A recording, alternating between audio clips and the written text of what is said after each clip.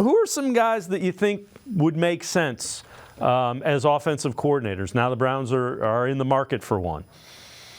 Yeah, I think one name jumps to the top of the list, and I promise it has nothing to do with the fact that he did actually stop at PFF and work for us for a couple of years. But that is Zach Robinson, who is the pass game coordinator for the LA Rams.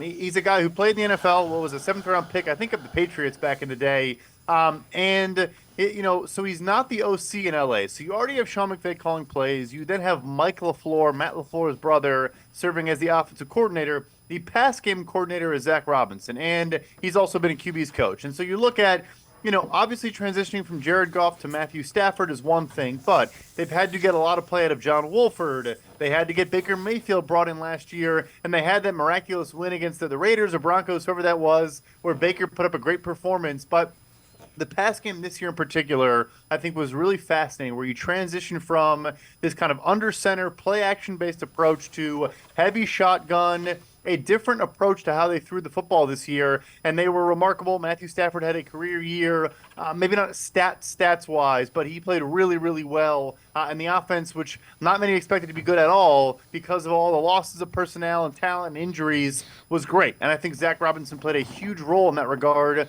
and it would still be a promotion from, pass game coordinator up to OC.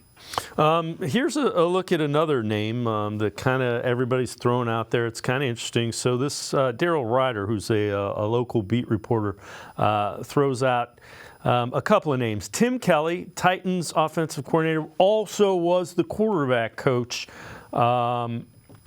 with Deshaun Watson back when he was a younger quarterback.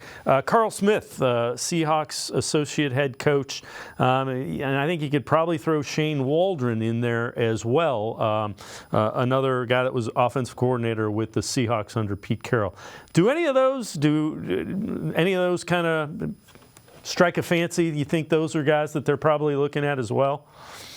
Yeah, I think Tim Kelly's connection with obviously with Deshaun Watson in Houston, he was the offensive coordinator and quarterbacks coach, so called plays for Deshaun Watson in 2019. I'm sure they have a level of comfort. I think he does tap into, you're still probably looking at, shot plays out off of play action, some of those things that they're doing, under the Stefanski umbrella, but also, worked for the guy where it was a little bit more in the shotgun, manufacturing some of his explosives, using his, maneuverability and getting better at plays once they break down and collapse, and how you can teach the scramble drill and all of those things. So, yeah, I'm sure he'd be interested in reuniting with Tim Kelly. And then Waldron, I don't foresee going somewhere where he can't call plays. He ran the offense in Seattle and frankly did well the last couple of years with Geno Smith and Russell Wilson.